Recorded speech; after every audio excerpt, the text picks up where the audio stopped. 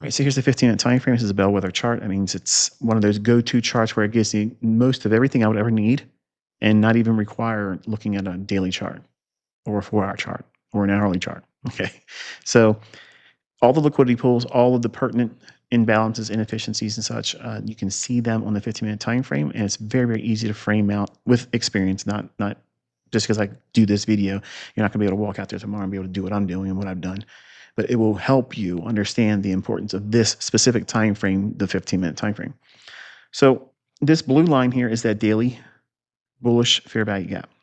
You can see we dove down into that here last week, and we came back off of it, dropped back down once more here today in London, and then we consolidated around in here, traded back above, came back in, had a little bit of a stop raid here, rallied up, and took out the buy side here and this buy side there, and drawing into that daily SIBI once again. Okay, so we have a new week opening gap. I'll mention that in a moment, but on the 15-minute time frame, I was teaching this week how you can very easily look at two close proximity 15-minute fair value gaps. And those 6 levels being the high, the consequent encroachment or midpoint of it, and the low of 2 specific 15-minute fair value gaps. Now, which one is that? Well, where's the most recent one that's formed? And what's the one that formed prior to that? Just looking back, that's all you're doing.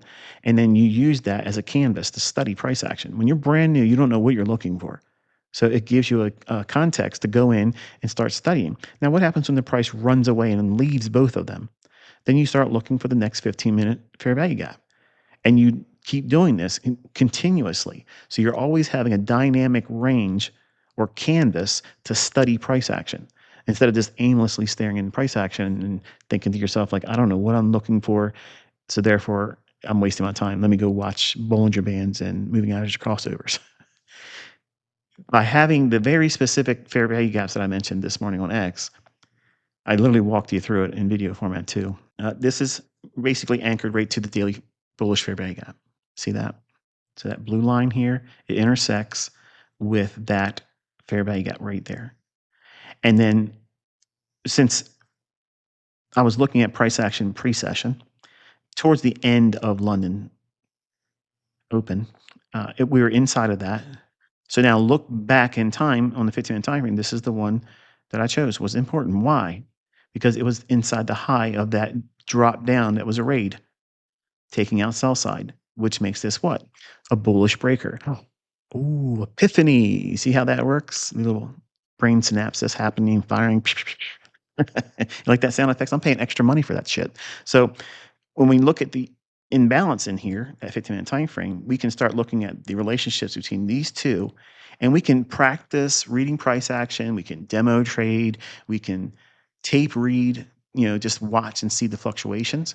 And we need not be concerned about being right or wrong about whether or not this high is going to be taken out, this low is going to be taken out, this high or that high. We don't need to worry about that in the beginning. As a brand new student of price action, using the things I'm teaching, it's important for you to know that it's not imperative for you to know what you think you need to know right away. There's skill sets, there's processes, there's routines and drills that I'm putting you through. I'm not putting you through one today if you were on X. And it delivered multiple setups. And we'll look at that before I close this video. But I don't want to go too long and ramble on about things that are going to obviously be covered as we naturally go through this video. So just know that this high is the first green level, and this here is the next buy side liquidity pool. So make reference to those numbers here, those price levels. That way it's understood what it's reaching for. And now I'm going to drop down into a 15-minute time frame that shows a little bit more detail. So we're zooming in again.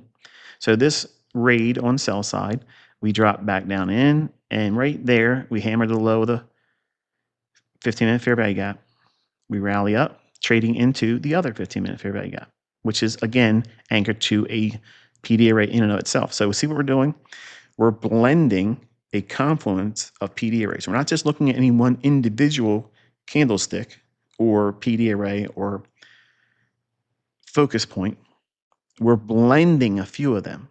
Now, if you recall, I counseled you to try to avoid trying to pick a top in the NQ. So if we see a low, high, lower low, as we have here, bullish breaker, This is going to be salient. This is going to be worthwhile if we start studying this. And inside that, going to the left, we see there's a fair value gap right there in the form of a SIBI. So this is going to act as an inversion fair value gap at a later time. So as we go closer to the 930 opening and the opening range, we can anticipate a likelihood of the market wanting to rally back above it and then use that as a catalyst to send it higher.